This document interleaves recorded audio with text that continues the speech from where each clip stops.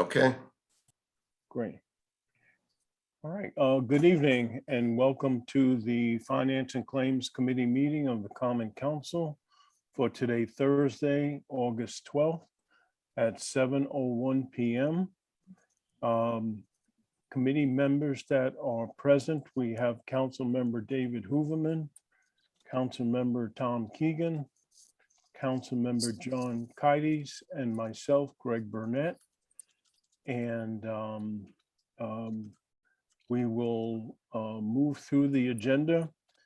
The next item is public participation. We did not receive any written correspondence for this meeting. Larry, is there anyone who has their hand raised that wishes to speak? No, we have one person participating from the public. If you'd like to speak, please raise your hand electronically now, and I will unmute you. No, I don't see anyone, Chairperson Burnett. Okay. With that, we'll close public participation. And for the minutes, Councilperson Diana Revolus has joined the meeting also. That moves us on to item 4, which is approval of the minutes from the Finance Committee meeting dated July 8th, 2001. Do we have a motion to approve the minutes? So moved. Thank you, Council Member David Hooverman. Do we have any corrections, additions, or changes to the minutes? I know I have one, which is on page 5 of the minutes.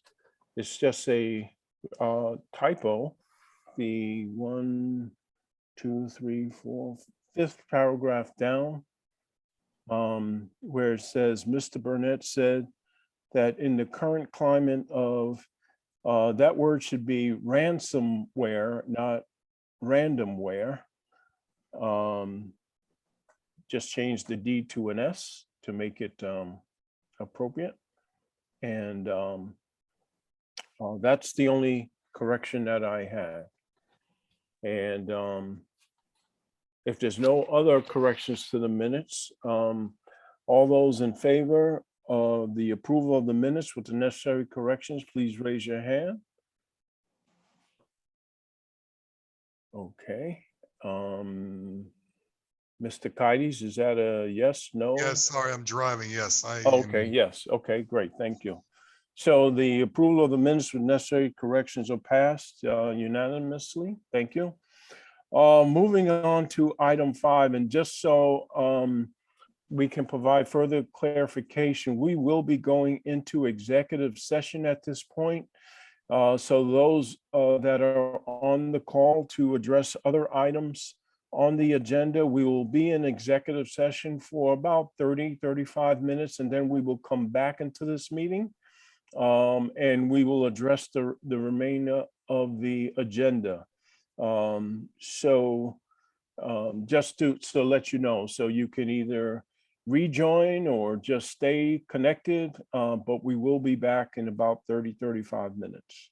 So with that, the item number 5 reads as follows: request to go into executive session to discuss the legal opinion of Assistant Corporate Counsel Darren L. Callahan dated June 10th, 2021 concerning Oak Hills Park vendors pursuant to Connecticut General Statute as noted, which is 1-2006 and 1-210B10.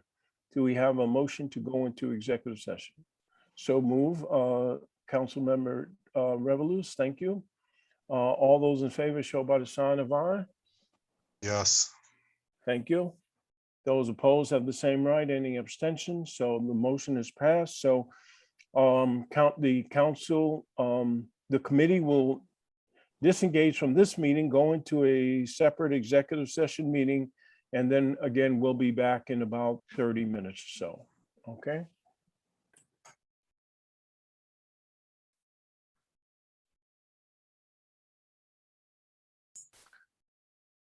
Are we live again, Larry? Yes. Okay, thank you. Okay, we've come out of executive session at 8:01 p.m., whereby no votes were taken and no action was taken. So we are out of executive session and we are now resuming with our agenda. Moving on to item 6, 7, and 8, which is the Claims Committee report narrative on tax collection and monthly tax collectors report. So Lisa, Good evening. Can you hear me? yes, we can. Okay, great. With regard to the claims, it's an easy one. We had only one refund. We were actually busy doing other things, and there's nothing that you need to vote on this month, so it's for informational purposes only. With regard to the spreadsheets and the narrative, there's actually 2 spreadsheets because we were operating on 2 fiscal years. We were operating on the old and the new. With regard to the old, with the addition of the 13th month of July 2021 on our immediately prior year's levy, we are at 99.09% collection through the end of July, which is very good. That's on the old year, and on the new year through the end of July, we were at 43.52%. And bear in mind that we took in quite a bit in the first week of August because the last day to pay was actually Monday, August 2nd. August 1st fell on a Sunday this year. So everybody had an extra day. And a lot of payments were posted by us the first week of August, but to be at 43.5% as of the end of July is pretty good. It's ahead of where we were last year. But last year was the COVID year. Last year was the year they had the extension. So we're kind of comparing apples to oranges if we compare this year to last year. The collection went fairly well. We were steadily busy. There were no major issues. We were open with a lot of in-person traffic this year in the building. We are also working now on getting out delinquent notices, past due notices. Those will go out the end of this month. They'll have interest good through the month of September to give people time to pay. And at the same time that that is going on, we're also working on the tax sale. And what we decided to do was we decided to push the sale off another month. So originally scheduled for the 20th of September, a Monday, the 3rd Monday in September, we moved it.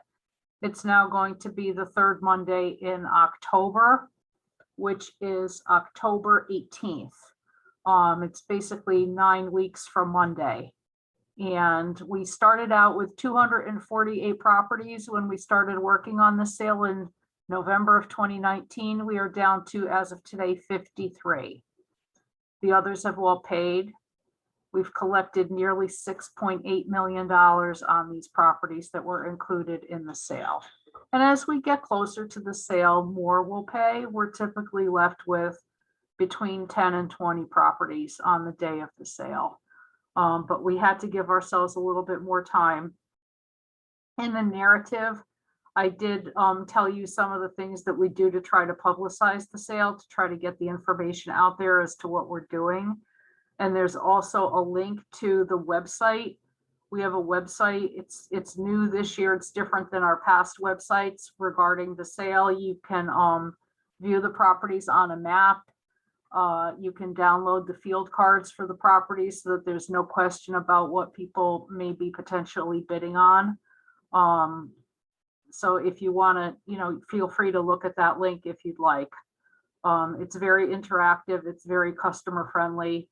And it's very easy for us to update. And I give credit to the IT department for training me in how to use that website. But we maintain it ourselves now. They taught us how to do it, and we do it ourselves in our office. So I'm glad to answer any questions that you might have about the sale or about the collection. Our collection rates are predicated on the type of enforcement that a tax sale involves.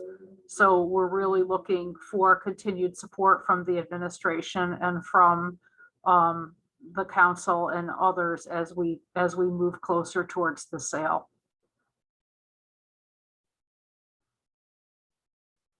That's all I have. Thank you, Lisa. Any questions from the Finance Committee?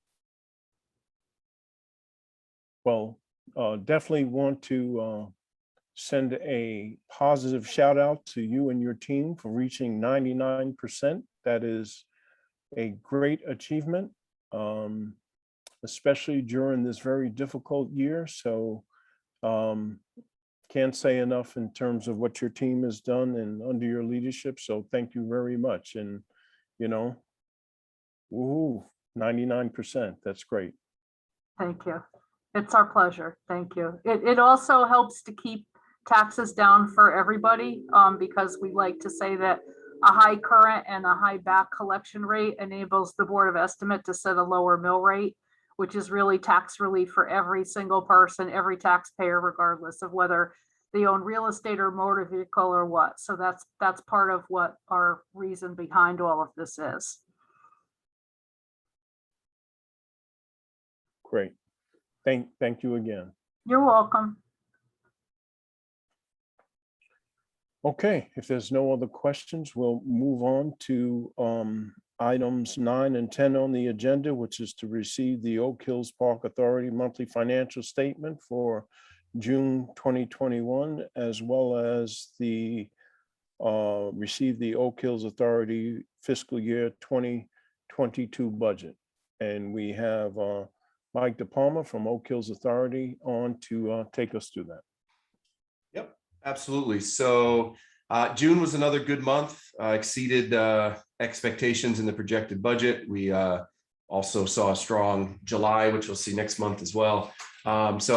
Rounds continue to go up. In our budget that we will talk about next, we did actually pare our projections down a little bit from what we're seeing this year because of the just astronomical rounds that we're seeing. But there's some good articles out there that are saying that golf is making a nice resurgence over the last 2 years. So we're pretty optimistic that this is a trend that will continue.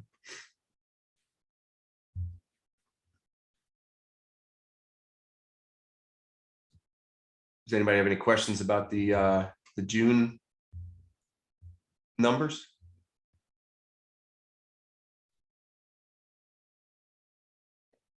All right, doesn't appear that we have any questions. So great, thank you. Mike, if you move on to what you want to highlight in the budget. Yeah, so we're pretty conservative in paring back kind of what we thought the rounds are going to be, which is the smarter thing to do. We were pretty conservative on a lot of those items. So, as we go through now, it's obviously started, and July was, it was actually lower than 2020, but higher than 2019. And the reason it was lower, if you remember last July, we didn't see any rain, and this July was very wet, but it still exceeded 2019. So that's good. It kind of hopefully shows us that it wasn't just that 1 year blip, that we continue to see things moving forward. A couple of things that we did put in there into the budget is continuous cart paths, which will pay for itself within a season or two, to be honest, because the amount of times that we lose cart generating rounds because of rain is significant. We lost a lot of that in July. And so we've got some bids in. You can see the number here. The bids actually came in below budget for once, so that was good. So we're looking good on that end too. So hopefully that work will start. There's also a line item in here for potentially looking into golf simulators down the old starter house down there. So we're looking at 1 or 2. It'll help drive people down the off season. We'll also potentially let people, have some swings before a round, or in the evening, or after work or something like that. So those are a couple of things that we're looking at on the capital side.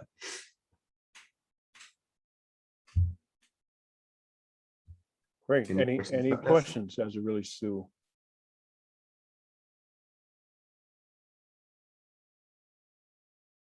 Okay, hearing none.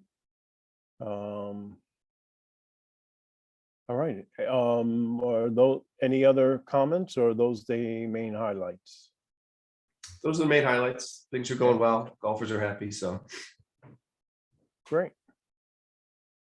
All right, well, thank you for that update, and we'll look forward to hearing more positive news next month as hopefully Norwalk citizens are enjoying the facility.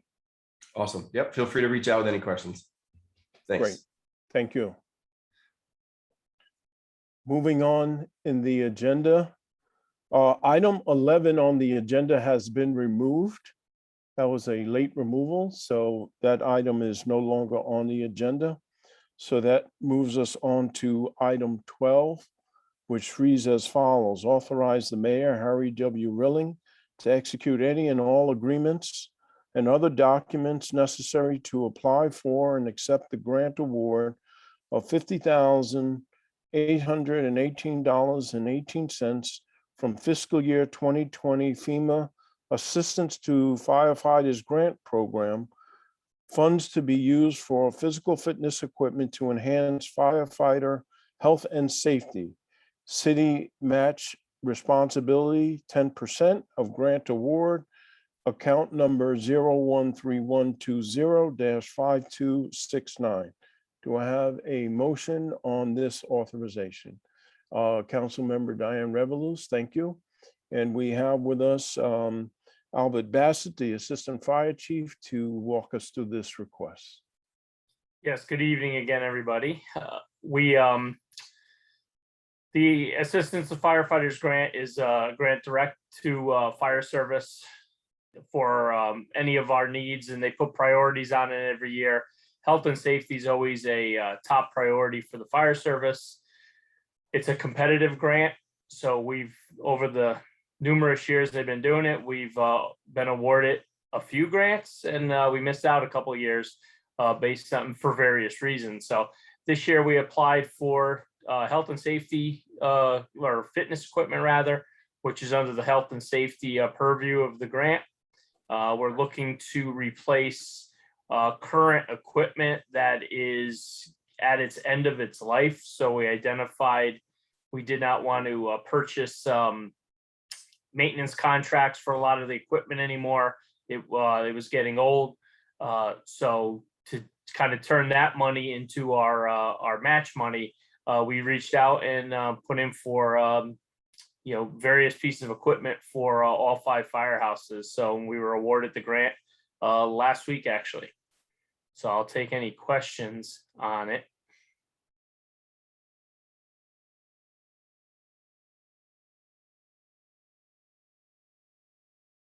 I don't see or hear any questions. A quick question, Yes. Chairman, Mr. Chairman, just the question, what stations are these, the exercise equipment go into? Is it at different stations or is it at one location?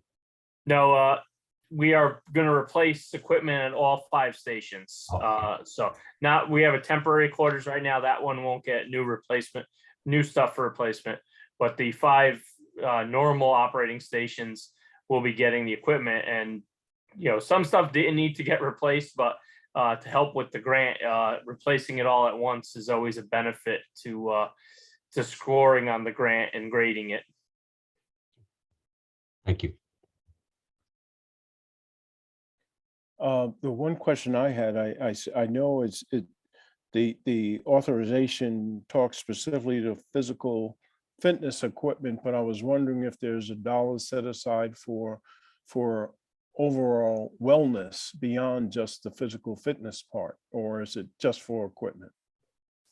This grant is just for the equipment. We currently are working with Craig Schmidt in risk management. We actually do a wellness program, which actually helped us to achieve this grant because we already have something that each shift does, and a high percentage, I don't know exactly, but a high percentage of the firefighters are participating in. We have a trainer that comes in on a weekly basis for every shift. And that's being paid for through the city currently. And I think the insurance provider also helps us with that.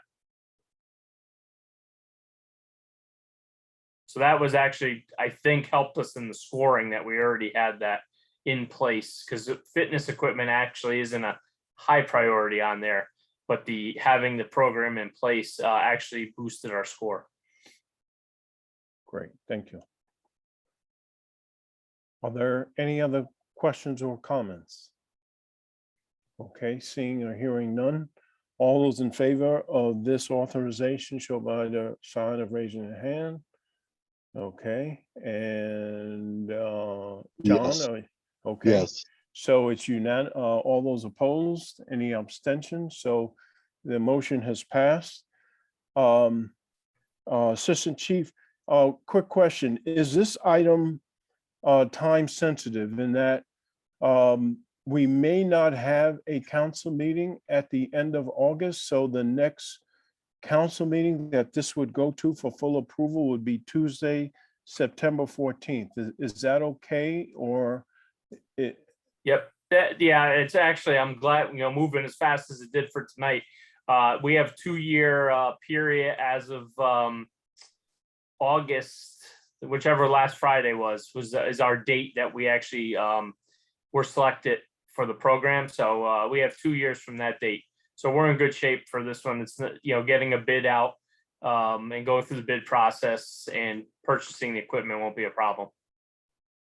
Okay, so we will bring this forward to the council meeting scheduled for Tuesday, September 14th for full council approval. Thank you. Okay, great. All right, moving on to the next item, which is item 13 on your list, and slight change in wording, and I'll read it as was updated. Authorize the mayor, Harry W. Rilling, to execute a contract amendment between City of Norwalk and Advanced Corp Network, Inc., DBA Digital Back Office, ACN, to authorize the addition of a new location at 1 Park Street, Norwalk, Connecticut. The parties agree to the addition of one, that's the number 1, 10 GIGE managed optimal Ethernet services at the following service location: Circuit 1, City Hall, 125 East Avenue, 2, 1 Park Street, with a monthly recurring fee of $1,536 paid for by the Board of Education from expense account number 2E as in Edward, S as in Sam, 28400-430-58. Do we have a motion on this item? Council Member Diana Revolus moves this item. Thank you. And we have on the phone with us tonight, on the Zoom call tonight, David Hopp, who is Director of Technology for Newark Public Schools, who will walk us through this item. David? Good evening, everyone. Thank you. So the public schools are looking to take over the 1 Park Street building, lease that as our new family center for bringing in new enrollments, family engagement, health services. So what we'd like to do is bring that into the municipal area network with the rest of our buildings, and splice it into the line between ourselves at City Hall and I think the next hop is Tracy Elementary School. This will be currently we'll be paying out of our funds, but this will be an E-ratable charge once we move into next year, because we can apply for E-rate funding to get 80% reimbursement on it.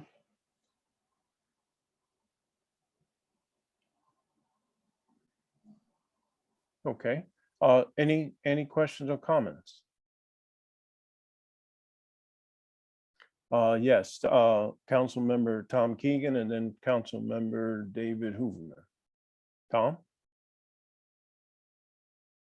Tom, we can't hear you. You're muted. Surprised George Sirenides didn't say that, but anyway. Just a question, what does E-rate or whatever the term was that was used for the budget? Sure. That's our federal funding we receive for free and reduced lunch numbers. So based on our free and reduced lunch numbers, we get an 80% reimbursement on certain technical things, excuse me, access to the internet, things of that nature. So because this link will provide internet access to that building, and there will be children there, we can apply it to E-rate. So we'll get 80% reimbursement. Okay, thank you. David? Is there physical infrastructure that has to be done for this? These are hard lines, correct? Yes, what they'll need to do is splice into the current connection we have running past that building, run it into the physical building and put some, excuse me, some lines in there so that we can tap off them and bring in the network in. But Is that I'm part sorry. of this? Is that part of this cost, or? Yes, they spread the cost of the installation out through the period of the lease. Thank you. Yes, Council Member Diana Revelous. Thank you. I please excuse the question. It's more for sustainability about this project and being had. I think internally it burns me that, you know, this is a program that should have been breaks, the school breaks, and there were families that like should have had this, and we don't have this, and now we're creating another resource area that should have just been breaks. So I'm just wondering, in sustainability of doing something like this again for the families that we do get connected to this and its longevity, because we've done this and in lack of better words, again, kind of pulled the rug out of the families that were there, the students that were there, the children that were there, who were all just dropped, and the ball was dropped. So although I'm pleased with anything that offers resources to our families, I just think my concern watching our history with things like bricks, wheats and seeds, other programs that causes resources to our communities and into our schools, particularly what you are directly doing. I think that would be my concern, of literally having something that stays for the families that start getting connected to it in our school systems. I'll answer that as best I can. It is my understanding Dr. Estrella is very committed to this project. She wants it to move forward. And that's really, I'm more the technical guy on this. So, you know, the sustainability, but I do know this is a project they're looking forward to. They want to move forward. They want to do this for the families. I get, maybe it's not you, it's just, and again, why I would be pleased, it's just why I would also still be a little concerned. I think we had those ideals beforehand, and I just don't want us to repeat. I just don't want us to repeat, pretty much.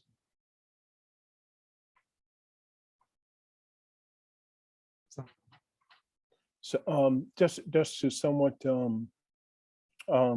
you know, tag on to Councilperson Revelus's comments, is this location at 1 Park Street, is that fully designed and that plan going forward, and this is just part of planning for that, or is this something that we're going to see in this coming school year, or is it something down the road? Because I know I have not, speaking personally, I have not seen or heard of the final plans that there will be this resource available at 1 Park Place. So is that plan moving forward as announced several months ago? Yes, it is. I spoke with, excuse me, with Brenda Wilcox Williams, the Chief of Staff, this afternoon, just to be clear, and we're planning on having people in that building by the end of this month, the beginning of September. So the plan is definitely moving forward. And this is just a vacant space that you're filling within the building, right? We're taking over quite a few areas of that building. Some is vacant currently, and I believe other than HSC, the other tenants are leaving. Oh, okay.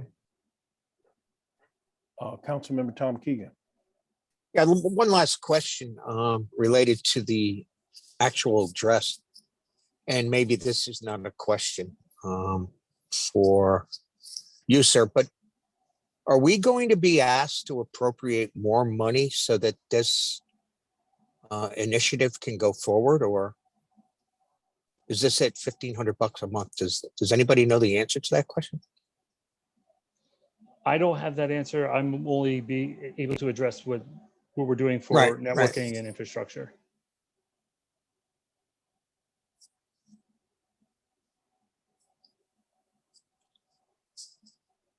Mr. Chairman, I don't know if I'm out of order or not. Oh, you're, until I hear what you have to say, I don't know if you're gonna be out of order. I'm not comfortable voting on this. We're being asked to, for sake of a better word, rig a property up for internet and software. And I'm uncomfortable with the project itself and not hearing more about what appropriations we might have to make for the project itself. Suppose we vote the project down. Now what do we do? So would I be, could I make a motion that we table this?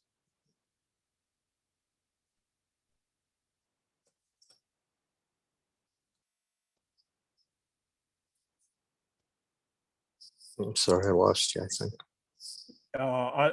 Yeah, my internet is a little unstable, but I'm back now. Did you make a comment there, Tom? I I'm heard a sorry. motion. My comment was, I'm uncomfortable with appropriating this money when I don't know enough about the whole initiative, the whole project itself. This is the first I'm hearing that it's going forward. Are we going to have to appropriate more funding for this in the future? I don't know. Yeah, that is that you are not out of order by asking that question. That is a very interesting question. I don't know if our chief financial officer has any comment related to that. As it relates to this particular authorization, the amount is actually going to be paid by the Board of Education because it is a contract this between the city. We're basically approving the contract and not so much the dollars, in that the dollars as indicated in this authorization will be coming from the Board of Education's expense account.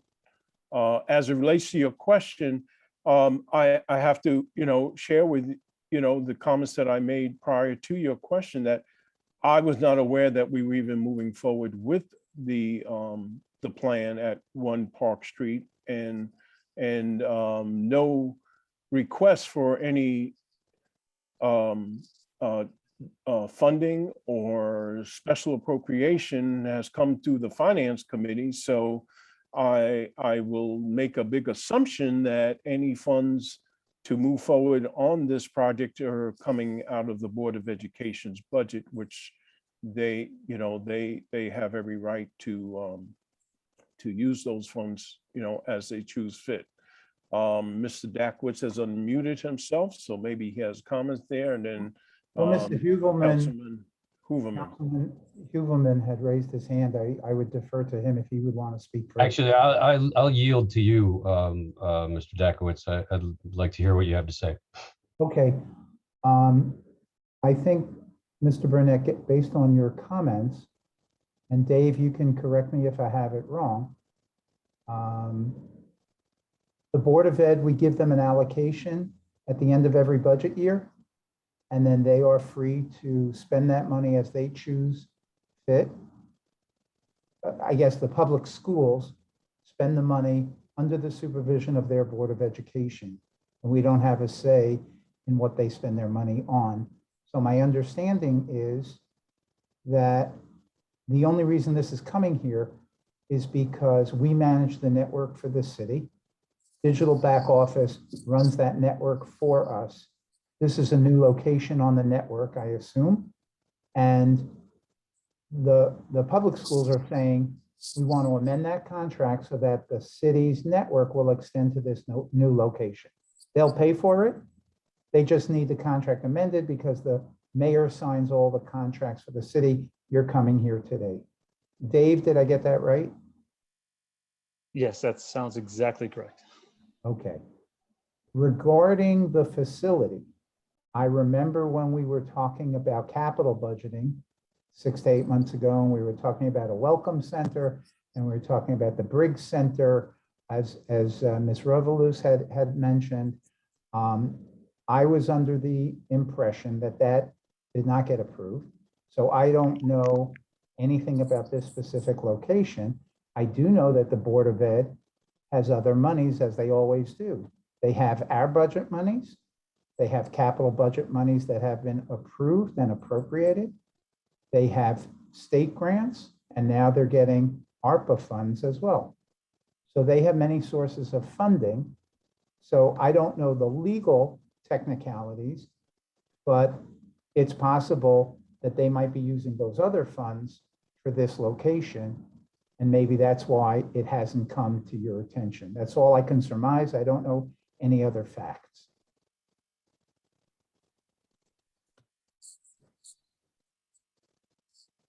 Thank you, Mr. Dakowitz. David? Thank you, Chairman. Yeah, I do recall that in the capital budget, there was the Briggs renovation request that I don't think that didn't go forward. But the question becomes is, I think to Council Member Keegan's point is, right now we're approving a contract. Are we going to have something brought in front of us down the road that's of a monetary value from the city to help finish or fit out this building that none of us really knew was happening? So I think that's sort of the concern that I kind of feel the same concern that Mr. Keegan feels as well. And I would just say that let's remember that at this moment, the Board of Ed is not asking the city to pay. We're just asking the city to alter the contract to deliver the services that the schools have determined they need, and they will pay for it. My understanding is they have operating budget and capital budget, which must get approved by the city. So if they have other funding sources that they're using on this facility, my understanding would be they can use those other funding sources. If they expect the city to pay for them, then either it would come during the regular budget cycle, operating and capital, or they would request a special appropriation from the Board of Estimate and Taxation. Well, just to that point, Henry, that's I think what the question mark is. And none of us have a crystal ball to know that, 3 months from now, 6 months from now, we're going to be sitting here talking about the special appropriation contingent that needs to happen. And I think it's sort of, this opens the door of the question mark of, oh, that's going forward. What is that? And I think that's just sort of Right. I know I'm a little puzzled by it. I get it.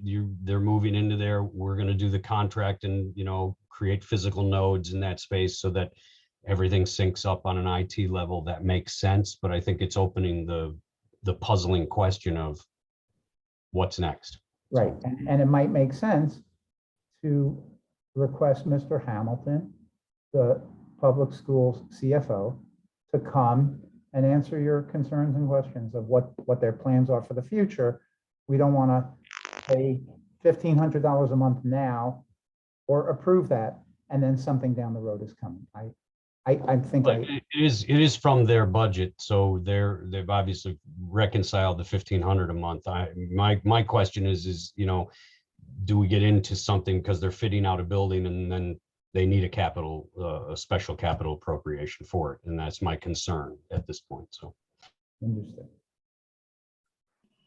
Yeah, so I can't speak directly to that. I don't believe there will be, but again, that's a little out of my purview for this conversation. Totally understand. Wasn't actually looking for an answer on that. So, but thank you just the same. Council person Diana Revolus, you had your hand up. No, I was just seconding what Councilman David Hooverman and Tom Keegan have said. I'm just in agreement. I'm just showing seconding. Right, and just in second, just I would be concerned because and not to make any judgment, but it could be a little bit undermining if it was created in a tone that would then ask requests for funds of any type without being aware of the process happening from the beginning. And can cause some hiccups, that's all. It can just cause a little bit of a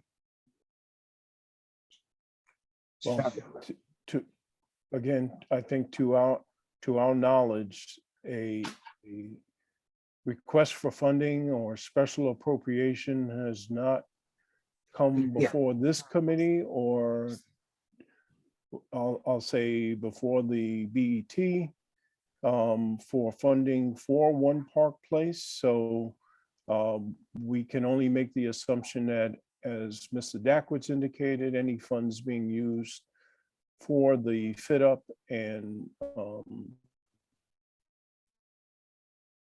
place is being for education. I would be more than happy to reach out to the Finance Committee of the Board of Education and ask them if they would be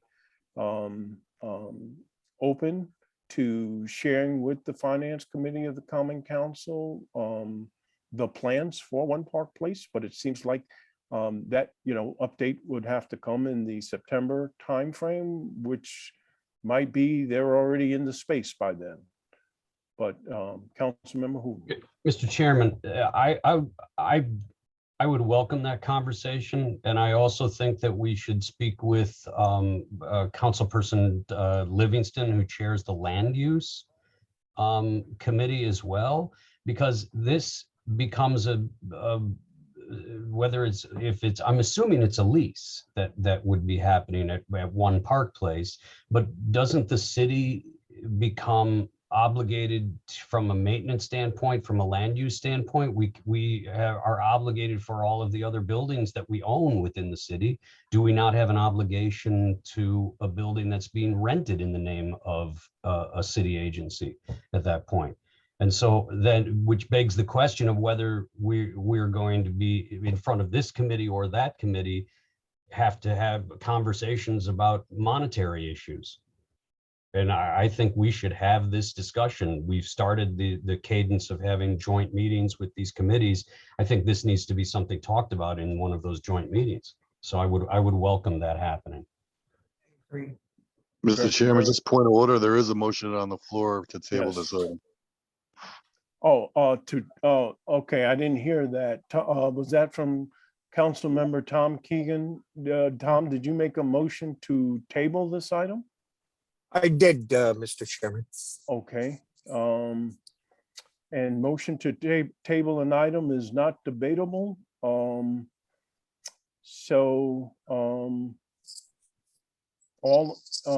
in favor of tabling this item, show by a raise of hands. Yes. Okay, all those opposed? Any abstentions? So the action of the Finance Committee is to table this item. We should provide a date when this will come back. So Mr. Keegan, is your motion to table to, do you have a time frame on that? Is it the next meeting? The next, what is convenient to the committee? So the next meeting would be fine. So the motion is to table this until the September meeting, Finance Committee meeting. That'd be fine. Thank you. Okay. Councilmember Revelous. Would they then be invited to that next meeting then? Who do you refer to The, as that? the Finance Committee for the Board of Education. We can extend that invitation, but as far as this particular item, it would be the Director of IT, David Hopp, bringing this back to this committee in September because we're tabling this authorization. Mr. Chairman, may I recommend Mr. Hamilton and the Chair of the Finance Committee for the Board of Education be invited to the next meeting along with David? So noted. Okay. That is the final item on tonight's agenda. The next item is motion to adjourn. Councilmember Revelous, thank you. All those in favor, motion to adjourn? It's unanimous. Okay, thank you. And have a good rest of your evening. Thank you. Have a good rest of the summer. Yes. Bye now.